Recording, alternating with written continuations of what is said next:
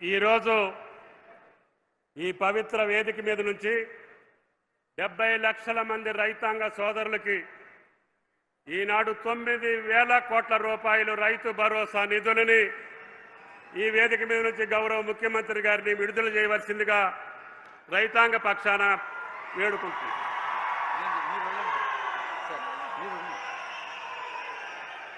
Honourable CM గారు రైతు భరోసా లక్షలాది రైతులకి ఆనందాన్ని అందించే ఉత్సవం ఇది, రైతు పండుగ ఇది.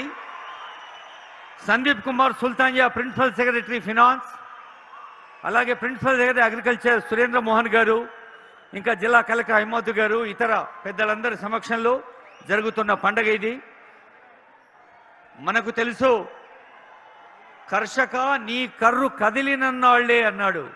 అదిగో జంగా రాఘవరెడ్డి గారు మరి ఆ రైతుకు సంబంధించిన అంశాన్ని ఇస్తున్నారు.